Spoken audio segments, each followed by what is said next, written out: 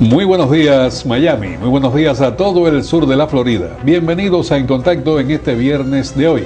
Este servidor, Daniel Torres, como de costumbre, les agradece a ustedes esta sintonía tan tempranito, cuando, como saben, se trata, por ser viernes, de un formato más corto. Nos extendemos hasta las 8 en la mañana y, por otra parte, también analizamos las informaciones más trascendentes e importantes de la semana con el escritor y politólogo Julio M. Schilling, para quien tengo, como usted sabe, un saludo cálido y fraterno. Muy buenos días. Buenos días, Daniel. Encantado de estar aquí contigo, como siempre. El presidente Obama dio a conocer la estrategia que tiene para contener a estos terroristas del Estado Islámico de Irak. Noticia muy publicitada. El propio Obama se encargó de dar todos los detalles. Este es un tema que hemos tocado con reiteración en programas incluso anteriores.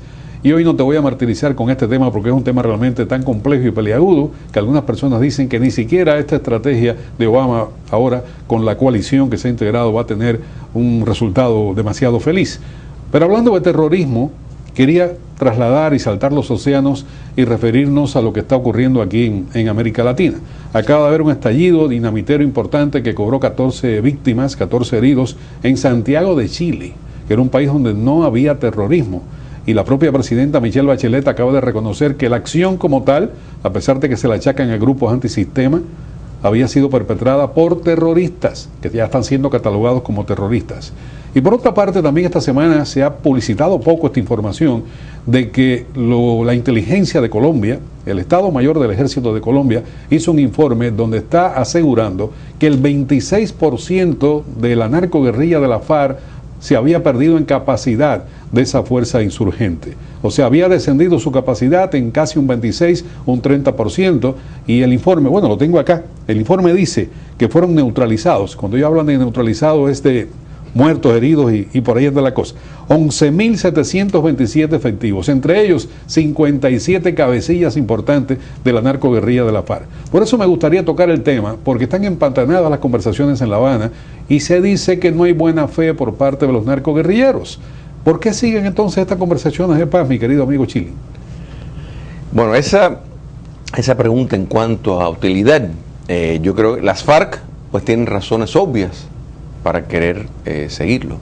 La realidad es ganando tiempo, en tu opinión. Ganando tiempo porque militarmente el gobierno de Álvaro Uribe, del cual el actual presidente pues formó una parte de esa estructura, le dio un golpe bastante letal a las FARC. Eso es innegable. La información privilegiada que obtuvieron de esas computadoras, cerrándole no solo las bajas en números de los efectivos, sino fuentes de ingresos, sino de informantes en la calle, personas que colaboraban con las FARC vestidos de civiles en una vida diaria dentro del mundo empresarial. Todo eso que a veces pues agarra menos impacto en la noticia, fueron también neutralizados. Entonces las FARC han sufrido un golpe contundente con la previa administración. ¿Por qué este gobierno actual del presidente Santos le ha interesado ir a una conversación que solo sirve los intereses políticos de las FARC? Y en el caso de él, no sé qué estaría pues promoviendo, pero con el fin de decir, bueno, que eso va a realmente traer la paz. La paz en Colombia se trae cuando las FARC sea totalmente aniquilada. Sí, la campaña de reelección de Juan Manuel Santos estuvo basada en la promesa al pueblo colombiano de que iban a fructificar estas conversaciones y que regresaría la paz a Colombia. ¿Tú crees que realmente el presidente Juan Manuel Santos creyó en esta paz o sencillamente fue una avenida para él volver al Palacio Presidencial? Yo considero que fue una campaña de publicidad. En otras palabras, yo creo que él tiene suficiente información y conocimiento de las FARC, de cómo operan y de sus propósitos, para saber de que esto no iba a servir ningún fin, excepto el de ayudarlo en la campaña política. Es muy lamentable porque es una guerra que ha costado muchas vidas inocentes, muchas vidas de oficiales que de las fuerzas públicas tanto de las Fuerzas Armadas como de la policía, que han sido asesinados a través de los años. Las FARC tienen la costumbre, y en esto, por eso, cuando hemos hablado de las células terroristas del mundo islámico, vemos como el reclutar forzosamente a jóvenes es una práctica, por ejemplo, que las FARC ha hecho niños, consistentemente. Niños, mujeres. Niñas que son llevadas y convertidas en amantes de la dirigencia de estos grupos terroristas en Colombia. Entonces, ¿qué es lo que ganan? ¿Qué es lo que buscan con esta negociación? Bueno, tratar de ganar en el campo político lo que han perdido en el campo militar. ¿Y qué gana Cuba comunista? Con tener estar o dando un hospedaje a estas reuniones. Bueno, buscar legitimidad, buscar entrada a el mundo de la civilidad, buscar entrada en organismos continentales para tratar de legitimar su dictadura y al final lograr que los Estados Unidos pues lo reconozca. Chile, cuando se habla en términos médicos de pacientes que tienen bipolaridad, personas que tienen una doble personalidad, en la mañana tienen una actitud, en la noche tienen otra o viceversa, a mí me da la impresión que si el señor Juan Manuel Santos, y esto es serio lo que voy a decir, pero bueno, lo estoy diciendo a título absolutamente personal, si el señor Juan Manuel Santos no es bipolar, entonces es un individuo absolutamente hipócrita y contradictorio totalmente.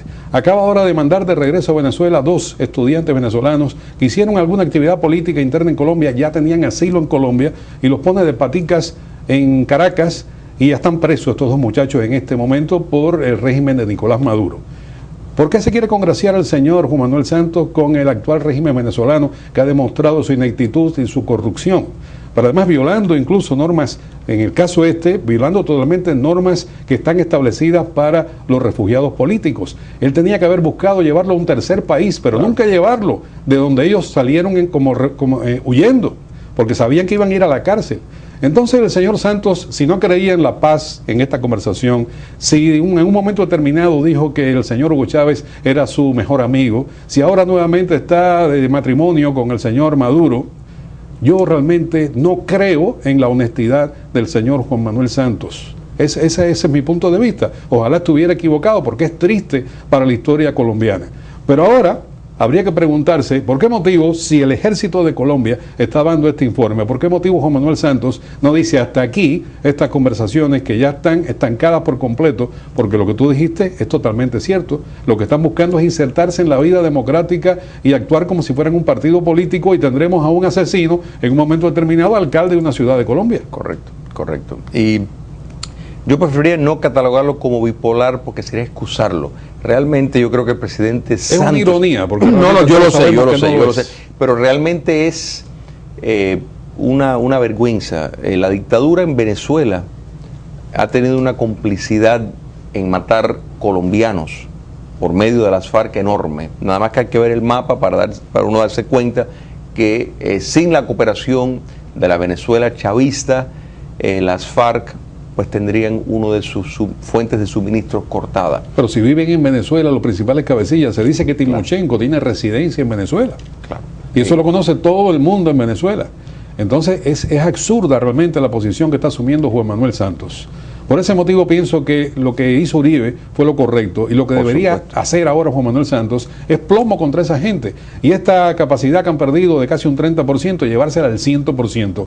Y ayer decía yo aquí en este propio espacio que esa sería la verdadera paz para Colombia. Correcto. Destruir a la guerrilla sencillamente. Correcto. Yo recuerdo cuando hubo esa incursión en Ecuador, que el dictador Correa pues se puso de lo más ofendido con Uribe, pero sin embargo, gracias a esa información que obtuvieron... Esas computadoras fueron pródigas. Totalmente, sí. Totalmente. Y un Estado tiene la obligación de no solo proteger a sus ciudadanos, sino evitar que su territorio sea usado para lanzar guerras y mucho más promover actos de terrorismo contra otro Estado. Ni Ecuador ni Venezuela han hecho eso. Cuba comunista pues ha ofrecido y sirve de entrenador de estos movimientos, de facilitador de fondos, y Venezuela es un punto clave. ¿Por qué? Bueno, por un lado, los venezolanos, la dictadura de Maduro está tirando, igual que la de Chávez, mucho dinero a Colombia, como una forma de coaptarlo. Pero es una vergüenza porque los líderes, Daniel, requieren tomar decisiones incluso que les puede a corto plazo costar a su pueblo en un sentido económico, pero a largo plazo esa paz de que tú hablaste solo se logra cuando se neutralice de una forma permanente las FARC. Mira, la falta de buena fe de la narcoguerrilla, lamentablemente nos quedan como siempre segundos solamente para este segmento, pero la falta de buena fe está evidenciada ahora cuando la guerrilla acaba de decir en el caso de Clara Rojas que ella no fue víctima de la FARC, porque ella acompañó a Ingrid Betancourt en la campaña cuando fue candidata Ingrid Betancourt, y es cuando es capturada, es secuestrada por la narcoguerrilla de la FARC. Entonces consideran que la señora Clara Rojas no es víctima de la FARC. Se está discutiendo en La Habana cómo indemnizar, cómo devolverle algún tipo de beneficio a quienes fueron víctimas, que son miles de colombianos.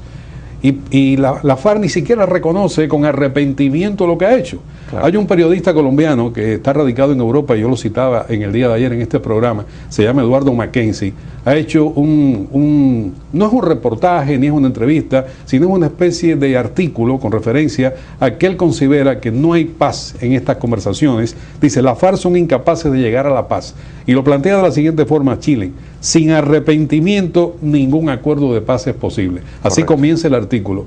La FARC no muestra el menor síntoma de arrepentimiento. Es como el asesino que lo llevan al juicio y el tipo no muestra ningún tipo de arrepentimiento con lo que ha hecho. Por lo tanto, todo el peso de la justicia sobre ese individuo. Bueno, pues todo el peso de la justicia sobre estos narcoguerrilleros. Es que, Daniel, Colombia es una democracia. Exacto. Y existen partidos de izquierda, incluso partidos de la izquierda radical, pero no están en la línea bélica terrorista de las FARC. Las FARC están detrás del poder político, siempre lo ha estado, y eso no va a cambiar.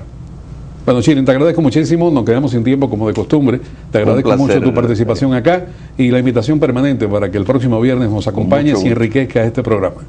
Gracias a ti. Gracias. Continuamos, amigos, nuestro magazine informativo, ustedes me lo conocen, se llama En Contacto.